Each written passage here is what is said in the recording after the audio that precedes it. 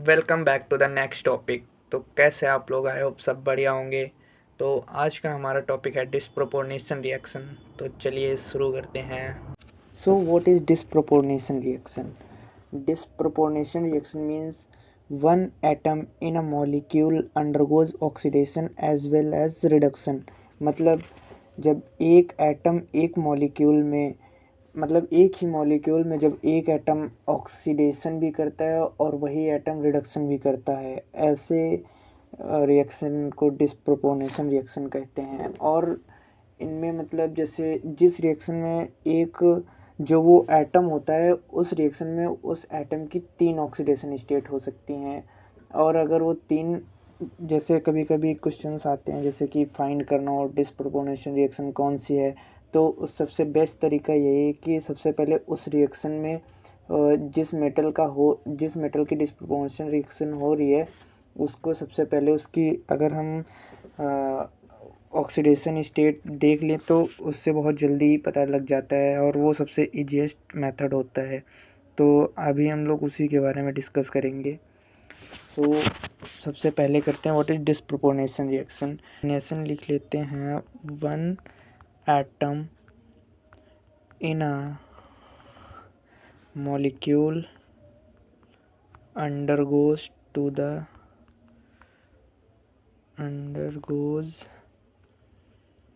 to oxidation as well as reduction। इसको हम कहते हैं डिस्प्रोपोर्शनेशन रिएक्शन। और इसकी मतलब अगर प्रॉपर्टीज़ देखें तो इसकी एक ही मतलब एटम में 3 ऑक्सीडेशन स्टेट हो सकती हैं। जैसे इसका एक एग्जांपल लेके समझते हैं। जैसे एक एग्जांपल के लिए हो गया, मान लो H2, example H2O2 aqueous plus, अरे H2O2 aqueous gives out reaction इसकी होगी 2H2O liquid plus O2 gas. तो इसमें अब जैसे हम देखते हैं ऑक्सीडेशन की, अगर वो देखते हैं ऑक्सीडेशन स्टेट और इससे ये भी पता लग जाएगा कि डिस्प्रोपोर्शनेशन रिएक्शन है या नहीं। अगर इसकी 3 ऑक्सीडेशन स्टेट अलग अलग, मतलब हर उसमें कंपाउंड में अगर अलग अलग ऑक्सीडेशन स्टेट होगी तो यह डिस्प्रोपोर्शनेशन रिएक्शन होगा। एंड देखते हैं अब, जैसे हमें O2 का निकालना है ऑक्सीडेशन नंबर। उसके लिए जैसे कल हमने सीखा था, मतलब ऑक्सीडेशन नंबर कैसे निकालते हैं, उसी मेथड से करेंगे। 2H2O हो जाएगा बैलेंस करने के लिए, 4 हाइड्रोजन, हाँ। और अब जैसे 4 is equal +1 plus 4x plus 4x is equal 0। इसको जब सॉल्व करेंगे तो 4 प्लस 4x इज इक्वल 0। और जब ये 4 उधर जाएगा राइट हैंड साइड, देन हो जाएगा 4x is equals -4, means x is equal -1। अब देख लेते हैं सेकंड H2O में इसके ऑक्सीडेशन स्टेट, इसमें भी हो जाएगा 4 +1 प्लस ऑक्सीजन के कितने मॉलिक्यूल हैं इसमें, 2, यानी 2x is equal 0। So 4 plus 2x is equal 0। इसको सॉल्व करेंगे तो 2x is equal -4, then x is equal -2 will be the answer. और O2 में जैसे एक जब सिंगल एटम होता है, कल वीडियो बताया था, मतलब लास्ट टॉपिक में, कल जब वो रेड ऑक्सीडेशन नंबर कर रहे थे, जब सिंगल एटम होता है और वो किसी भी दूसरे एटम से ना जुड़ा हुआ हो या अटैच हो, तब वहाँ पर उसकी ऑक्सीडेशन स्टेट ऑलवेज ज़ीरो रहती है। तो यानी कि तीसरे ऑक्सीडेशन में उसकी oxidation state will be the zero. So एक हमारी आ गई -1, दूसरी -2 और तीसरी 0, यानी कि यह डिस्प्रोपोर्शनल रिएक्शन है।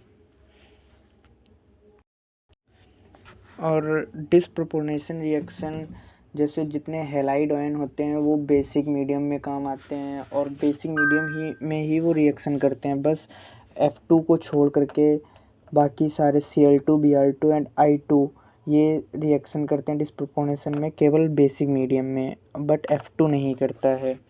तो अब जैसे कर लेते हैं, जैसे बहुत ही ज़्यादा एक पूछे जाते हैं क्वेश्चंस फॉस्फोरस सल्फर वाले डिस्प्रोपोर्शनल रिएक्शन। जैसे एक होती है फॉस्फोरस की रिएक्शन P4 प्लस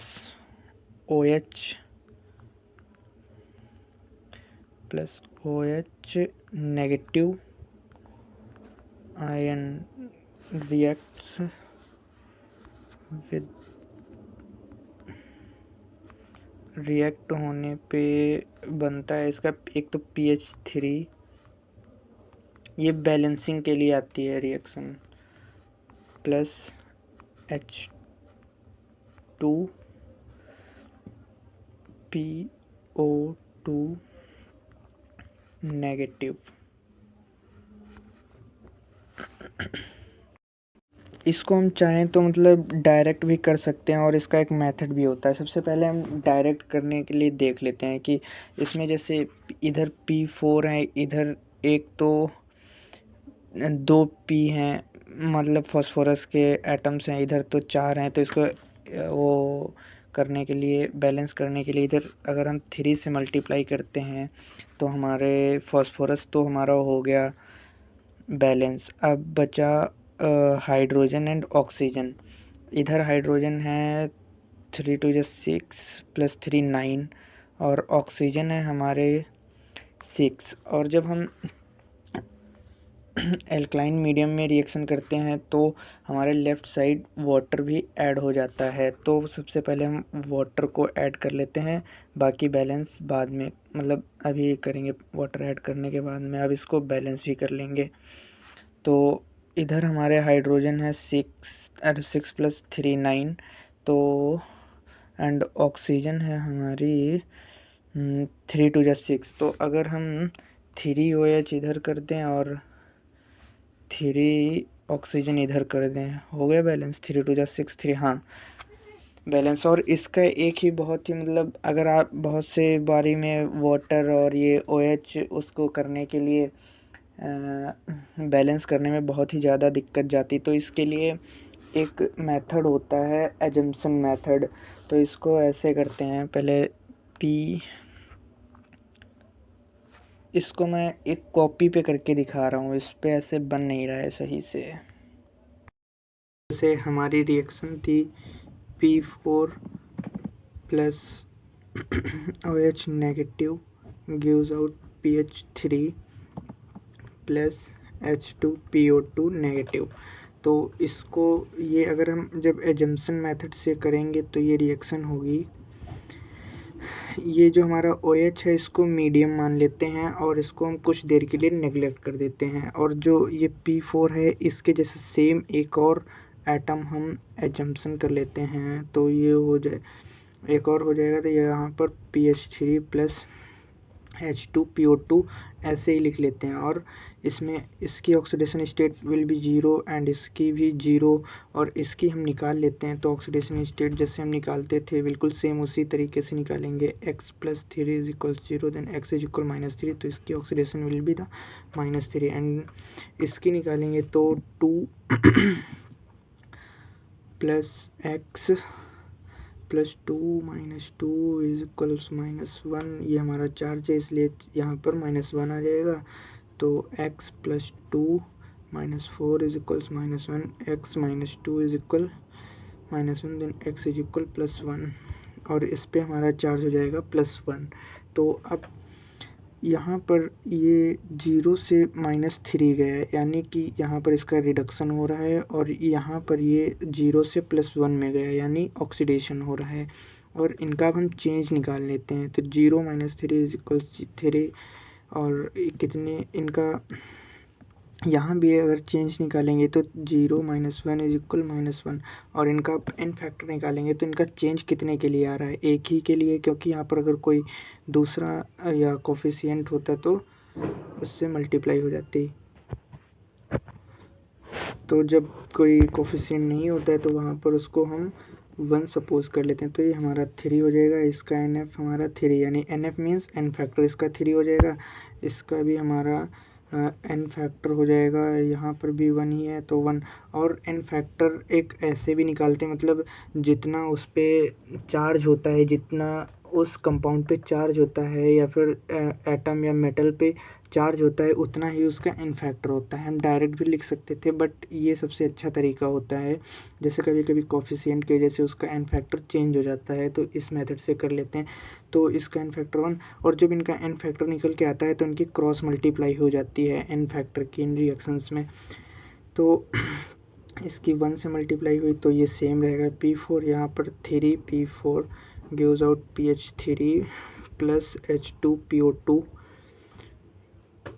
तो अब इसको जब बैलेंस करेंगे तो यहाँ पर हो जाएगा हमारा 4PH3, एक लिख लेंगे अपना, इसके 12 यानी यहाँ पर कर देंगे 12। देन उसके बाद में अब इसको हम ऐड कर लेंगे, ये हमारा हो जाएगा 4P4 plus 4PH3 plus 12H2PO2। अब इसको हम एक ऐसे नंबर से डिवाइड करेंगे जिससे तीनों ये रिएक्टेंट और ये प्रोडक्ट भी डिवाइड हो जाए। तो इसको अगर हम 4 से डिवाइड कर देते हैं तो ये हमारा 1, ये भी 1, ये 3, तो ये हमारा हो जाएगा P4 gives out PH3 plus 3H2PO2, वही सेम कंपाउंड आ गया। अब इसको बैलेंस कर लो, इधर OH जो हमने मीडियम माना था अब इसको लिख लेंगे प्लस एक वाटर मॉलिक्यूल। अब इसमें ऑक्सीजन है, अरे हाइड्रोजन है 9, ऑक्सीजन 6, तो अगर 3 ऑक्सीजन यहाँ पर कर दें, 3 यहाँ पे, ऑक्सीजन भी बैलेंस हो गए एंड हाइड्रोजन भी बैलेंस हो गए। एक तो ये बहुत ही अच्छा तरीका होता है बैलेंस करने के लिए, क्योंकि कभी कभी रिएक्शंस में वो जैसे मोल्स पूछ देता है, कभी कभी ऐसा भी क्वेश्चन दे देता है कि इसका मैंने वेट दे दिया मान लो 3.1 gram and what will be the OH, मतलब OH का वेट पूछ लेगा। तो इसके लिए डायरेक्ट हम मोल्स वाला फॉर्मूला लगा लेते हैं। जैसे 1 मोल से यहाँ पर 3 मोल बन रहे हैं। एक ऐसा क्वेश्चन आता है जैसे क्वेश्चन हो what will be the weight of OH negative ion in this reaction. तो इस क्वेश्चन के लिए हो जाएगा, जैसे 1 मोल से हमारा 3 मोल बन रहा है, ये आप लोगों ने वो बेसिक कॉन्सेप्ट में पढ़ा होगा मोल्स वाले चैप्टर में, उसी तरीके से सेम होगा। तो इसके पहले हम मोल्स निकालेंगे। तो मोल्स निकालने का फॉर्मूला हमारा होता है तो हमारा जैसे मोल्स निकालने का एक फॉर्मूला होता है वो given mass by molar mass. तो अब इसका हम अगर इसका मास हमारा 3.1 दिया है और इसका अगर हमें निकालना हो मोलर मास, तो एक फास्फोरस का मोलर मास होता है 31 और यहाँ पर 4 है तो ये हो जाएगा इसका टोटल 124 करेंगे मोलर मास, तो इनटू में 10, 31 जब 4 0.025 मोल्स आ जाएंगे। यानी इसके मोल्स अगर 0.025 मोल्स हैं तो यानी एक सिंपल तरीका होता है, जैसे 3 रुपए की एक टॉफ़ी तो 0.025 से कितनी टॉफ़ी तो अगर 1 रुपये से 3 मिल रही हैं तो इतने से उसमें मल्टीप्लाई करवा दो, इंटू 3 करवा दो तो 0.075 मोल्स इसके हो जाएंगे। अब वही फिर से मोल वाला फॉर्मूला लगा दो, अगर हम फिर से वही मोल वाला फॉर्मूला लगाएंगे तो n is equals given mass by molar mass. तो हमारा मोल्स पता है हमें 0.075, मास हमारा x हो जाएगा, मोलर मास OH का 16 प्लस 1 17 बाई में 17,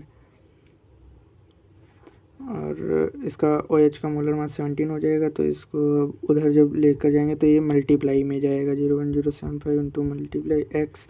तो इसकी जब मल्टीप्लाई करवाएंगे इंटू में 17, देन 7 5 35 3 7 7 जा 49 एंड 3 52 एंड 75 5 7 12 1 पॉइंट, यानी इसका टोटल वेट लगेगा जो 1.275 ग्राम। इसका आंसर हो जाएगा 1.275 ग्राम वेट रिक्वायर्ड होगा। So I hope you all have understood, and thanks for watching, and please like and subscribe.